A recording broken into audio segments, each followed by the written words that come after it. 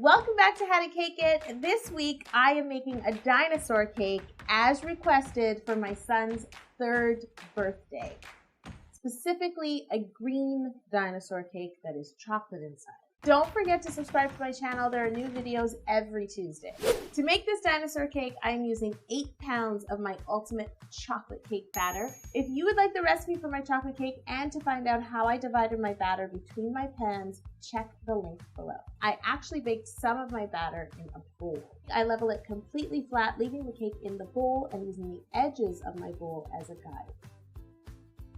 To level my round cakes, I'm actually going to cut off a bit less of the hump than I normally do to leave a slightly rounded edge. Now I'm going to layer some of these cakes starting with my 8-inch round pan. I'm just going to cut this cake in half horizontally. My bowl cake is out of its bowl and I'm going to layer it in 3.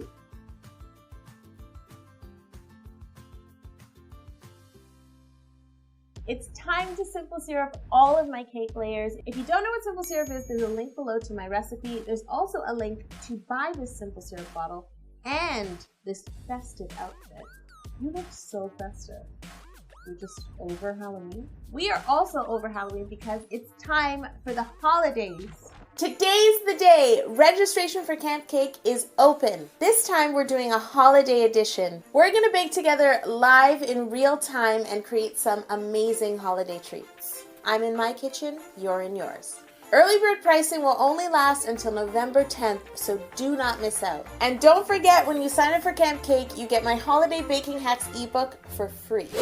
It's time to color some of my Italian meringue buttercream a nice bright lime green for the inside of my dinosaur. I love using my stabilizer when coloring my buttercream. If you want to know where to get a stabilizer, you can head over to howtocakeit.com. It's your holiday baking headquarters. Now I'm going to begin stacking some of my cake. We're actually going to make this dinosaur in 2 parts. I start by flipping one of my 8-inch layer cakes over so that the rounded edge is facing down. Then I add my second 8-inch layer, and then I add my sphere cake in the proper order, creating a dome on top of my 8-inch cake.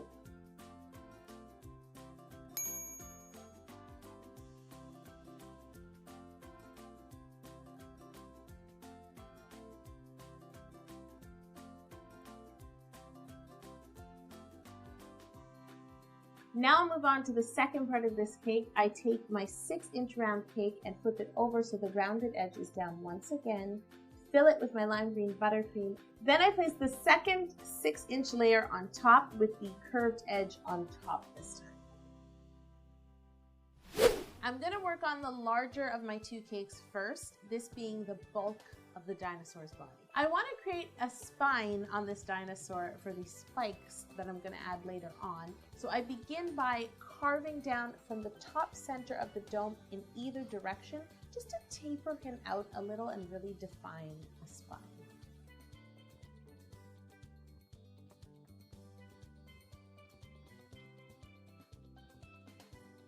Now I'm going to move on to the second cake, and first I'm going to cut a little bit of the edge off so I can flip it onto its side and it will be flat on the bottom. I use a circle cutter to create a nook in the smaller cake so that I can really butt it up against the bigger cake. I can see the buttercream filling, and that is marking where his spine will continue. Much like the first cake, I carved this little cake in the same shape because it's going to be an extension of the dinosaur.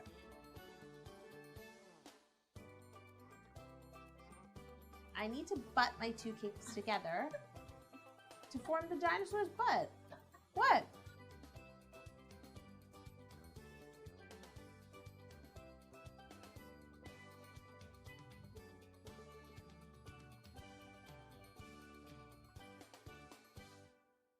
It's time to crumb coat and chill this cake. I'm using my lime green buttercream once again because my son said a green dinosaur. Open the door, get on the floor, everybody walk the dinosaur. Jeremy, you know the song. Yes. They're like, whoo! Now we're gonna get a million. Where is Sasha? Before I pop my cake in the fridge, I realized I want to make some adjustments. I always find that after I crumb coat, I can see the shape much better.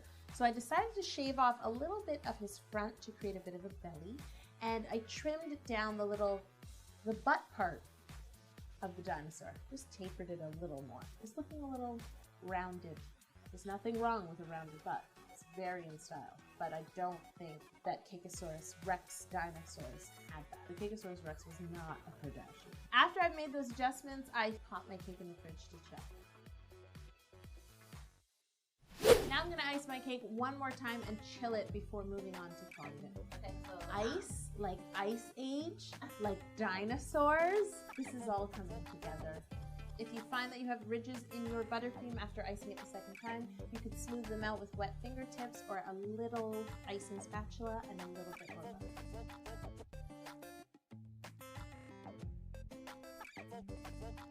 I'm gonna cover this cake in green fondant. So he just says green.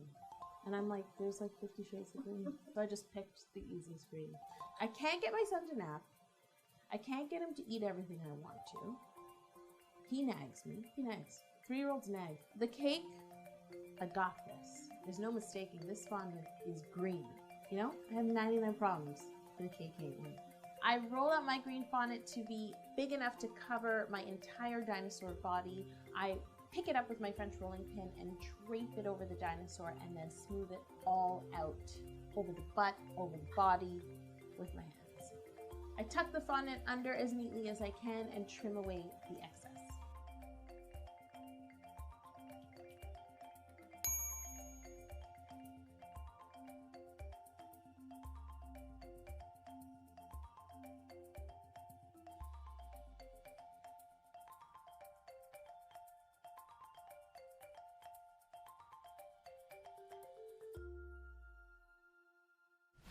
I'm gonna move on to making the fondant details for the rest of this dinosaur, and before I do so, I need to mix some CMC into my fondant. This just helps to make it sturdier so that the neck and the tail will really stand up.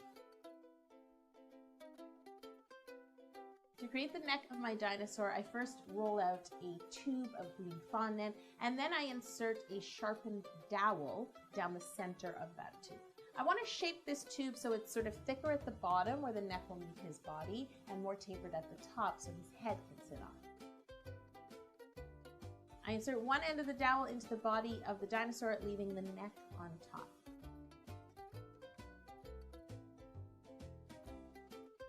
Now I just make any adjustments to the neck that I need to. I use the palms of my hand to sort of massage the neck down and make it as seamless as I can for now with the body. And then I trim away any excess because I do want about 1 inch of dowel left on top to hold up the head. Now I'm going to make this dinosaur's head. I formed the dinosaur's head mainly with my hands. I did use my small rolling pin to create an indent where his eyeballs will rest and a circle cutter to create a smile. It's a CAKEASAURUS Rex, so this is how they look. Very cute.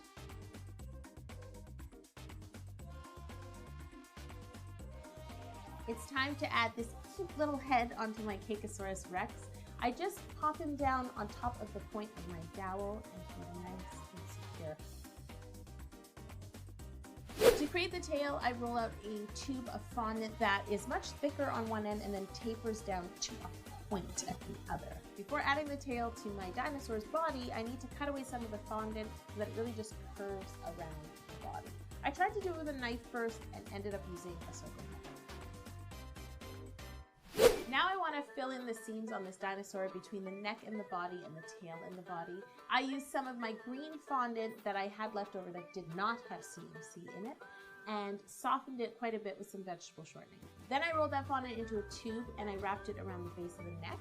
I did the same at the base of the tail, and I used a wet paintbrush and a wet fingertip to really just sort of, what's the word I'm looking for? Smooth? Yeah. To smooth that fondant into the body, just sort of softening the seams. I didn't need your help there, Jocelyn.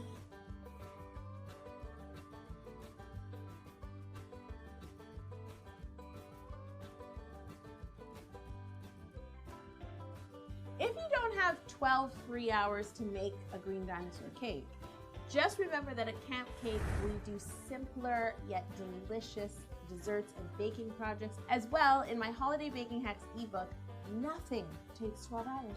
You can make everything in the book in less than 12 hours. And remember, when you get my Holiday Baking Hacks ebook, there is a link to 2 how to cake it videos just for you. Nobody else can see them. Jocelyn hasn't seen them. That is Yes, not she has. I roll out some of the same green fondant that I used to cover my entire dinosaur cake, and I'm going to use some plastic netting placed over top, roll my small fondant rolling pin over it to create some texture in my green fondant. This green fondant is going to become part of the spikes on my dinosaur spine. I really want to brighten the green of my dinosaur cake because I want to make sure it's green. These were the only instructions. So I use a bit of yellow food coloring diluted with clear food grade alcohol, and I paint my entire dinosaur, head and all, and then I also paint my textured green fondant that I have rolled out.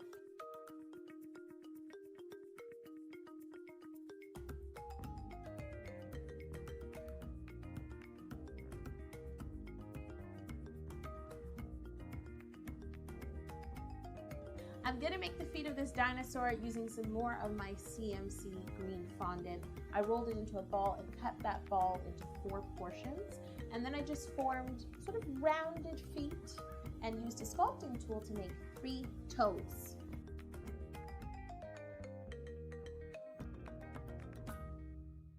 I'm going to put this aside to dry, and in the meantime, I'm going to roll out some lime green gum paste that I'm going to use on my spikes as well. I start by rolling my gum paste into a tube using my hands, and then I use my small fondant rolling pin to taper that tube. I basically want it to be pointy on one side and thicker on the other.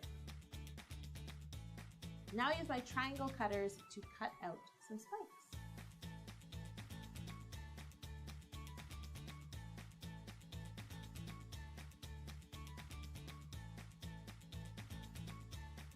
I'm going to apply these light green gum paste spikes to the spine of my dinosaur using clear piping gum.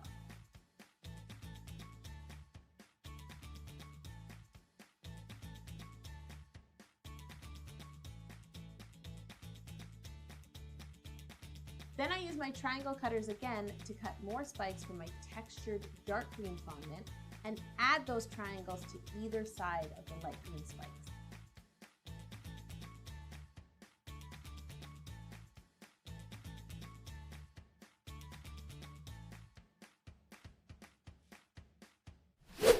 To give this dinosaur a belly.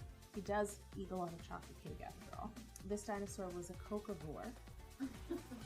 It only ate chocolate. That's why it didn't survive. But first I'm going to make myself a quick template to help me cut my gum paste to the right size. I lay this template onto rolled out lime green gum paste and cut out my shape. Then I used a ruler. Did you think I was going to make my son's cake and not use a ruler? I used the ruler to make horizontal markings on his belly. Now I'm going to add the belly to the dinosaur and move on to adding a few spots.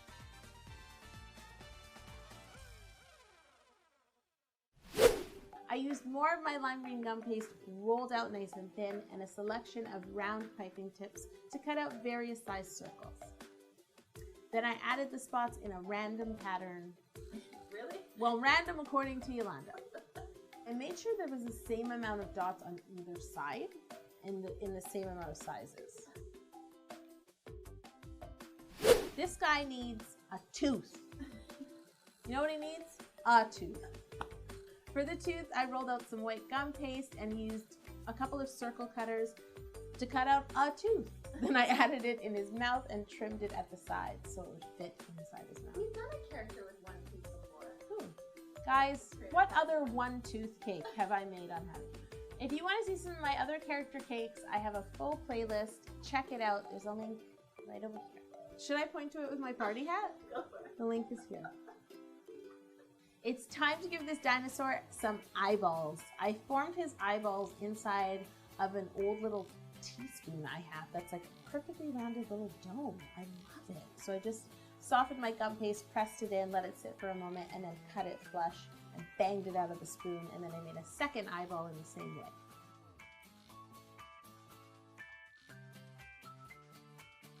For the pupils of his eye, I rolled out some black fondant as thin as I could, like paper thin, and cut out 2 circles with a piping tip. And then, for the little gleam in his eye, I just rolled tiny little balls of white and flattened them with my fingers. While I still have my white gum paste, I'm going to make the claws for this dinosaur. I roll the gum paste into little tubes, trim it to equal lengths, and then just sort of taper off each end to a point with my fingertips and add the claws to his feet.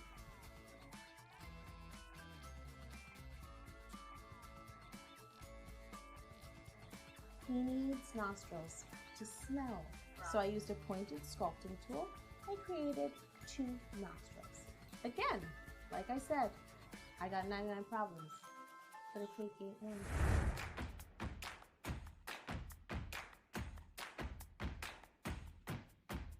Let me tell you what one of my problems is.